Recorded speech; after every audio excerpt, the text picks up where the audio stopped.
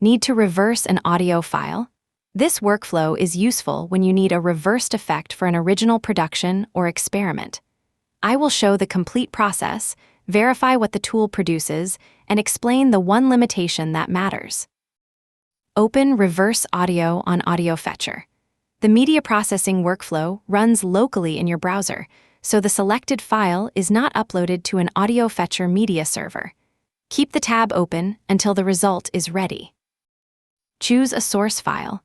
The page confirms the selected item before processing.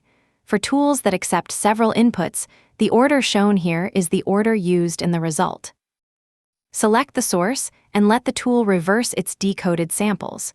Use settings that match the destination rather than selecting the largest number automatically. Then start the tool and wait for the local engine to finish.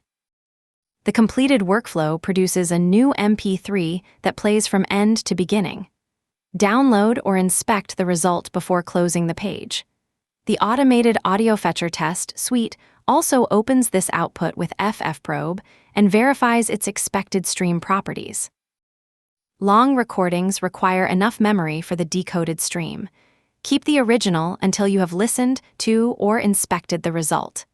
The direct tool link and a written summary are in the description.